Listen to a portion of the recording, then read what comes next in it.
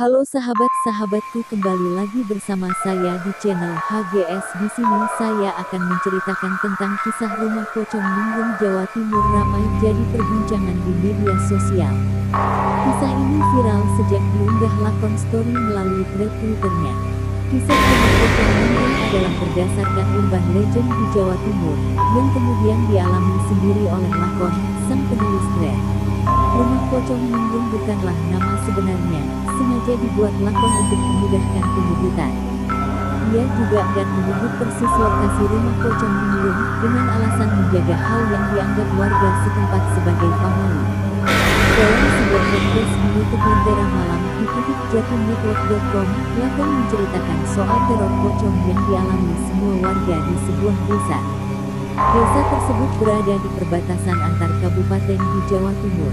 Teror pocong ini berlangsung sekitar pukul 10:01 waktu Indonesia Barat, tak pernah lebih dari itu.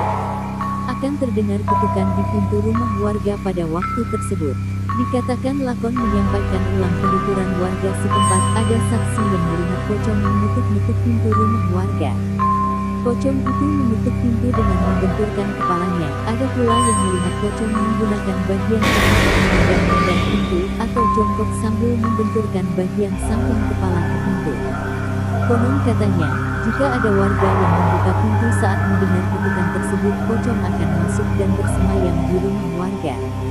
Pocong itu akan tidur di dalam rumah warga yang membukakan pintu untuknya sampai pagi.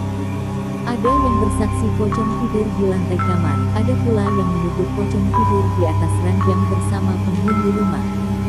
Penasaran dengan kisah mistis tersebut, lakon nekat menyusuri perjalanan yang tidak mudah untuk sampai ke desa. Lakon terjebak berjam-jam di perjalanan lantaran tersesat karena tidak ada sinyal dan papan penanda yang memadai. Tidak ada juga orang yang bisa ditanya karena hari mulai gelap dan jalanan sekitar semakin sepi dari rumah warga. Lakon bermaksud menemui salah seorang sesepuh desa yang dulunya menjabat sebagai kepala desa saat teror pocong berlangsung. Namun, saat tiba di lokasi, bukannya bertemu dengan sosok yang ia sebut dengan nama samaran Pak Bagyo, lakon justru menduga telah bertatap muka dan berbicara langsung dengan pocong Linglung.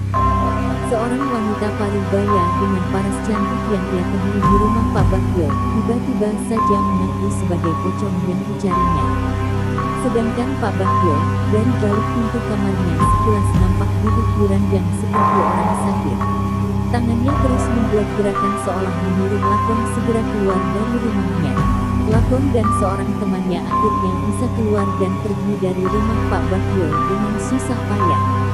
Lakon lantas mendapatkan cerita susulan dari orang tua informan sebelumnya. Dikatakannya, sosok pocong Linglung diduga adalah seorang wanita asal desa tersebut.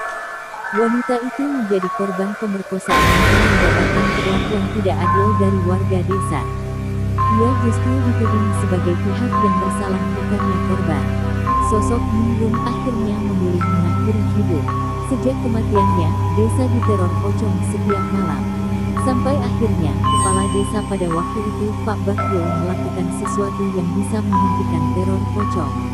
Tidak jelas soal apa yang dilakukan Pak Bagyo. Namun yang pasti sejak itu, ia jatuh sakit dan mundur sebagai kades. Warga desa juga seolah menyucikannya. Ada anggapan Pak Bagyo sengaja dikorbankan oleh warga desa selama teror pocong bisa berhenti. Fakta lain yang diketahui lakon belakangan, Pak Bagyo hanya tinggal seorang diri di rumahnya. Sosok wanita parubaya yang ia temui bukanlah keluarga Pak Bagyo. Hal itu semakin memperkuat keyakinan lakon akan sosok pocong Linglung yang sempat ia temui.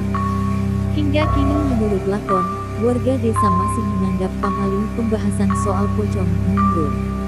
Karena dipercaya, sosok pocong Linglung akan mengikuti siapapun yang menceritakan perihal dirinya.